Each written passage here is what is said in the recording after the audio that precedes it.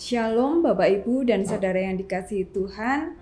Bersyukur kepada Tuhan karena kasih dan penyertaan-Nya kita boleh kembali bertemu dalam renungan tengah minggu GKJ Mbagi di tahun yang baru ini.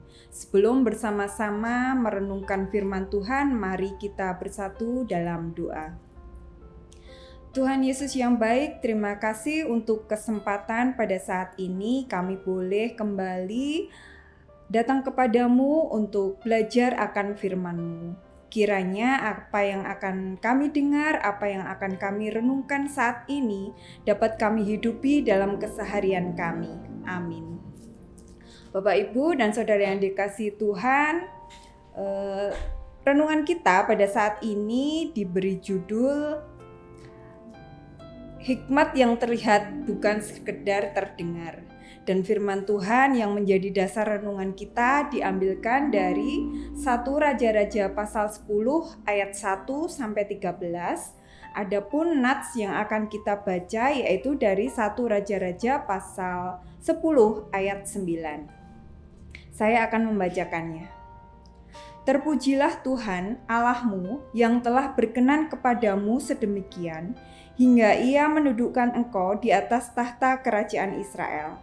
Karena Tuhan mengasihi orang Israel untuk selama-lamanya, maka Ia telah mengangkat engkau menjadi raja untuk melakukan keadilan dan kebenaran. Demikianlah firman Tuhan. Yang berbahagia ialah kita yang mendengarkan firman Tuhan dan yang melakukannya dalam kehidupan sehari-hari. Haleluya.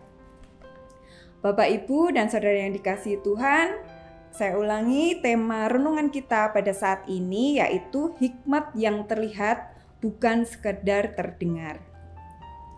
Ayat yang telah kita baca tadi itu diucapkan oleh Ratu Sheba ketika ia menyaksikan sendiri bagaimana hikmat, kekayaan, kemuliaan, dan tatanan hidup Raja Salomo. Nah, yang menarik di sini adalah yang pertama-tama ia puji itu bukan Raja Salomo, melainkan Tuhan. Karena Ratu Sheba menyadari bahwa segala kemuliaan yang ada pada Salomo itu adalah bukti kasih dan kebaikan Allah bagi bangsa Israel. Salomo dalam 1 Raja-Raja 10 ayat 1 sampai 13 digambarkan sebagai raja yang memiliki hikmat yang luar biasa dari Tuhan. Selain berhikmat, Salomo ini hidup juga dalam kemuliaan dan dalam kemakmuran. Kekayaan istana, bagaimana keteraturan para pegawainya membuat Ratu Sheba ini terpesona hingga ia mengakui bahwa apa yang ia lihat itu jauh melebihi apa yang pernah ia dengar tentang Raja Salomo. Dan yang paling menonjol dari pemerintahan Raja Salomo ini adalah melalui hikmat, kebijaksanaan, dan cara hidupnya, Salomo membuat bangsa-bangsa lain seperti Ratu Sheba mengenal dan memuliakan Tuhan. Bapak, Ibu, dan Saudara yang dikasihi Tuhan, Ratu Sheba memuliakan Tuhan setelah melihat kehidupan Raja Salomo. Ia mengenal Allah bukan setelah melihat mukjizat spektakuler yang dilakukan oleh Raja Salomo, tetapi melalui cara Salomo hidup, memimpin, mengambil keputusan dalam hikmat, kebenaran, dan juga keadilan. Dalam kehidupan sehari-hari mungkin kita tidak menjadi raja seperti Salomo, tapi kita mempunyai peran, ada yang sebagai orang tua, sebagai anak, juga menjadi pelayan di gereja atau menjadi pemimpin di lingkungan kita. Tuhan memberi kita talenta, kesempatan, dan hikmat bukan agar kita berhasil, tetapi agar melalui hidup kita orang lain dapat melihat kasih dan kebaikan Tuhan. Bapak, Ibu, dan Saudara yang terkasih, awal tahun adalah saat yang terbaik untuk kita berhenti sejenak, merenung, dan memperbarui komitmen hidup kita di hadapan Tuhan. Kehidupan Salomo mengajarkan kepada kita bahwa awal yang benar di hadapan Allah akan menentukan arah perjalanan selanjutnya.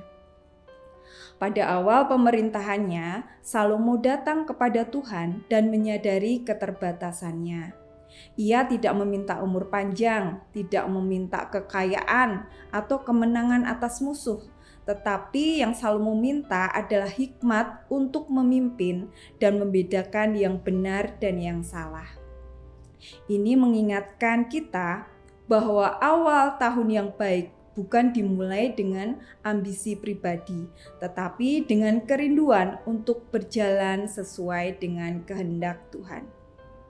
Bapak, Ibu, dan saudara yang dikasihi Tuhan, belajar dari Salomo, mari memulai tahun ini dengan kerendahan hati, meminta hikmat Tuhan, dan bertekad hidup dalam kebenaran dan keadilan. Kiranya sepanjang tahun ini, melalui hidup kita, orang lain dapat berkata, "Terpujilah Tuhan." Tuhan memberkati kita semua. Amin. Mari kita berdoa. Tuhan Yesus, di awal tahun ini kami datang dengan hati yang rindu kepadamu. Ajari kami untuk hidup dalam hikmat, kebenaran, dan keadilan seperti yang Engkau ajarkan. Pakailah hidup kami Tuhan, sehingga melalui sikap kami, melalui perkataan kami, orang lain semakin mengenal Engkau dan memuliakan nama-Mu. Di dalam nama Tuhan Yesus kami telah berdoa. Amin.